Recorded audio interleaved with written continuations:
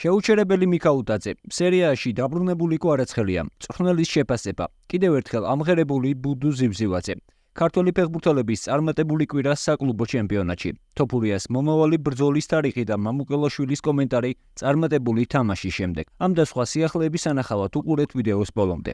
დავიწყოთ იტალიიდან, სადაც სერიაში მცირე ტრავმის შემდეგ ხვიჩა კვარაცხელია დაბრუნდა. 31 ტურში ნაპოლი მონცას ესტუმრა. უხგოლიანი შეხვედრა კი იტალიის ჩემპიონების სასერგებლოდ 4-2 დამთავრდა და ნაპოლის სამმატჩიანი მოუგებელი სერია შეწყდა. შეხვედრაში რამდენიმე ეფექტური და ლამაზი გოლი იყო. ტრავმიდან დაბრუნებულ ქართველს კი გოლის გატანის კარგი შანსი ჰქონდა, თუმცა საბოლოოდ მხოლოდ საგოლე პასის გაკეთება შეძლო. კვარაცხელია მოედანი 68-ე წუთზე დატოვა. მის ნაცვლად რასპადორი შემოვიდა, რომელმაც რამდენიმე წამში მეკარის მოგერიებულს დაამატა და შეხვედრაში ბოლო გოლი გაიტანა. მატჩის შემდეგ ნაპოლის მთავარმა მწვრთნელმა ფრანჩესკო კალცონამ ნაპოლის მინუსებზე ისაუბრა. მის მოსმენამდე გავიმეოროთ 3000 ლაიქიანი რეკორდი. ამისთვის არ დაგეზაროთ. დამითმეთ ზუსტად 2 წამი. დალაიქეთ ვიდეო და გამოიწერეთ. ძალიან ძლიერი შეტევის ხაზი გვყავს, თუმცა ამასთან ერთად ვუშვებთ საკმაოდ ბევრ ბურთს და დაცვის ასპარეზობა ვერანაირ კრიტიკას ვერ უძლებს. პირველ ნახევარში გაუშვით ხელიდან 2 საგოლე მომენტი და ამისთვის მეტოქემ დაგვსაჯა. წინ 7 შეხვედრა, რომლისთვის მოსამზადებლად 21 დღე გვაქვს, რაც საკმარისი არ არის, მაგრამ მიზნის მისაღწევად სრული კონცენტრაციაა საჭირო. ნამდვილი ნაპოლი, რომლის ხილვას მე მსურს, მოედანზე მეორე ტაიმში გამოჩნდა. არ მივიღებ პრეტენზიას იმის თაობაზე, რატომ არ ჩავრთე ახლად გამოჯამრთელებული კვარაცხელია და გონგე მეორე ტაიმში და რატომ ათამაშე ისინი ძირითადში. იმიტომ რომ მათი სისწრაფე თავიდანვე მჭირდებოდა. რა უთხარი შესვენების დროს ფეხბურთელებს, ის რომ ასეთი შეხვედრების მოსაგებად სირბილი იყო საჭირო და ერთ ადგილზე დგომა კარგს ვერაფერს მოგვიტანდა. შეგახსენებთ, რომ ნაპოლი ამ გამარჯვებით მე-7 ადგილზეა და ევროტურნირების ზონაში მყოფ ატალანტას 2 ქულით ჩამორჩება. იტალიის მოქმედი ჩემპიონები მომდევნო ტურში 14 აპრილს გიორგი კვერნაძის ფროზინონეს უმასპინძლებენ. რას ფიქრობთ, შეძლებთ თუ არა ნაპოლი ევროტურნირების ზონაში მოხვედრას? დაწერეთ თქვენი აზრი კომენტარებში. ახლა კი გადავინაცვლოთ საფრანგეთში, სადაც ლიგა 1-ის 28 ტური გიორგი მიქაუტაძისთვის წარმატებული, მისი გუნდისთვის კი წარუმატებელი აღმოჩნდა.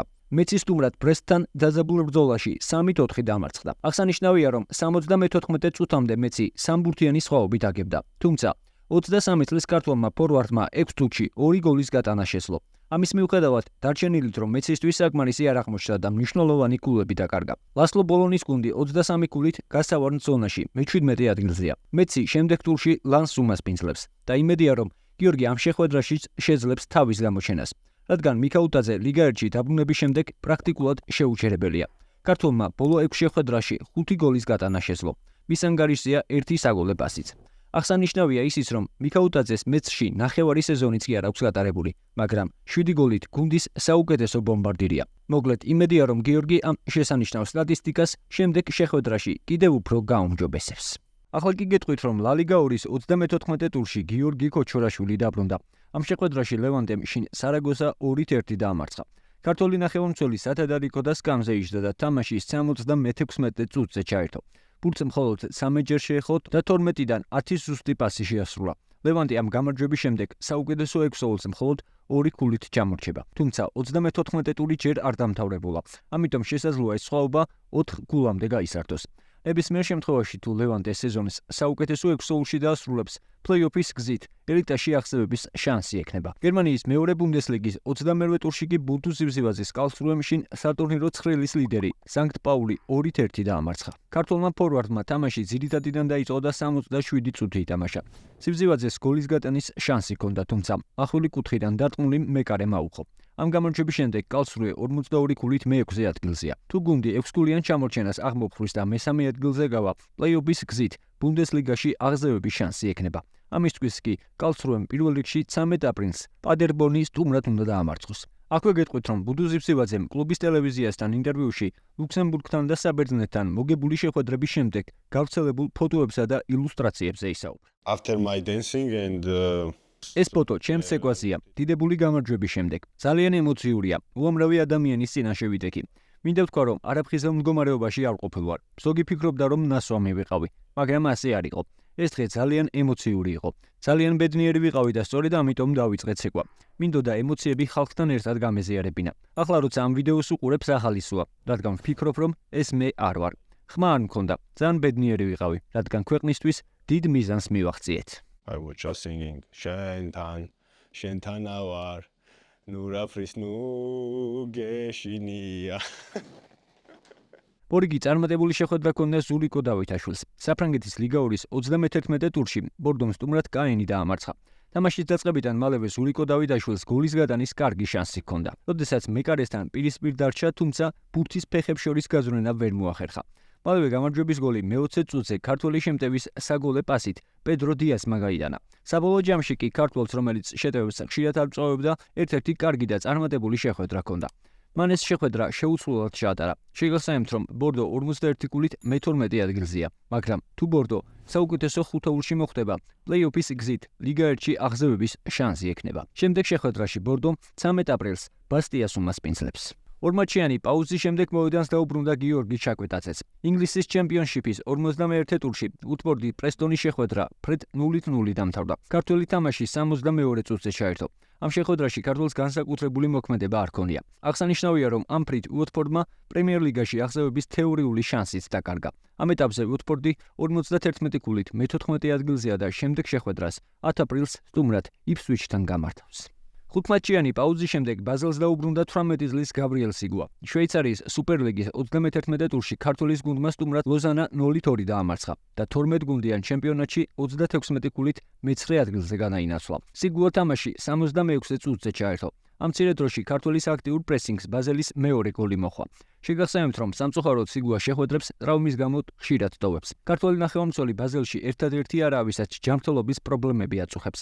ამჟამად გუნდში 10-მდე ტრავმირებული მოთამაშეა. იმედია, რომ სიგუა სასურველ ფორმას მალე დაუბრუნდება და ტრავმები აღარ შეაწუხებს. ახლა კი გადავინაცვლოთ MMA-ში და გეტყვით, რომ UFC-ის ჩემპიონი ილია თოფურია 14 აპრილს ლას-ვეგასში UFC-ის 300-ს დაესწრება. ქართველი მანამდე ინტერ მაიამის და კოლორადოს შეხვედრას დაესწრო და თამაშს არგენტინელი ფეხბურთელის ოჯახთან ერთად აკვირდებოდა. ქართველმა ტრავმიდან დაბრუნებული მსოფლიო ჩემპიონის გოლიც აღნიშნა. აქ გეტყვით, რომ რამდენიმე დღის წინ თოფურიამ სამომავლო გეგმებზეც ისაუბრა და ჩხუბის სავარაუდო თარიღი დაასახელა და ვოლკანოვსკისთან რემატჩი გამორიცხა. ავსტრალია გამორიცხულია. სოფლიო ჩემპიონი ვარ და რატომ უნდა დავიცვა კამარი ჩემი მტრის სახლში. პირადად მე ვთვლი, რომ ვოლკანოვსკისთან რემატჩს აზრი არ აქვს.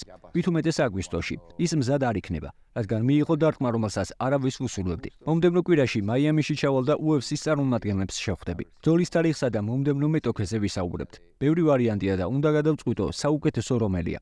2025 წლის დასაწყისში ჩხუბის გამართვა განახლებულ სანტიაგო ბერნაბეუზე შვენიერი იდეა. ადამიანმა მთვარეზე დადგა ფეხი და რატომ არ შეიძლება, რომ UFC-ის ღონისძიება ესპანეთში ჩატარდეს.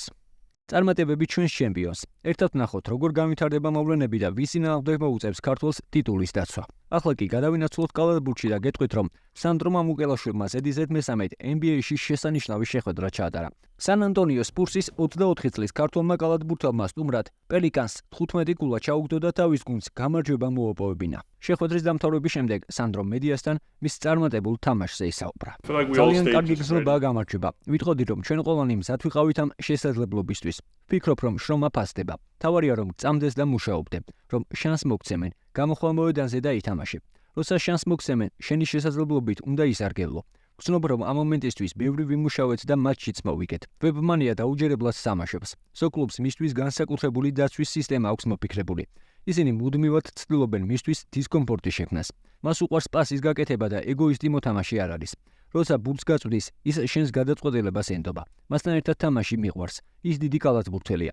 მომწონს ამ გუნდში თამაში და ამ ბიჭებთან ერთად მუშაობა. ჩემი გუნდელები ეგოისტები არ არიან, როგორც აღვნიშნე, მათთან თამაში მიყვარს. ყველას ვაჩვენებ, რომ მუდმივად მზად ვარ. მიყვარს გუნდური თამაში და მათთან ბოედანს მიღმაც კარგი ურთიერთობა აქვს. შეგახსენებთ, რომ ქართველის სან-ანტონიო სპურსს 19 მოგებითა და 58 მარცხით დასავლეთ კონფერენციაში ბოლო მე-15 ადგილი უკავია. მომდევნო შეხვედრის ჩატარება კი 8 აპრილს საკუთარ მოედანზე ფილადელფია სიქსერსთან მოუწევს და იმედია, რომ ქართველი მორიგ წარმატებულ შეხვედრას ჩაატარებს. ახლა კი, თუ მოგეწონათ ვიდეო, დალაიქეთ და გამოიწერეთ ახი, რომ არ გამოგჩეთ შემდგომი სიასტნე. და ეს არის კრისტალბეთ ეროვნული ლიგის თამაშებს და უგულშემატკივრე ქართულ ფეხბურთს.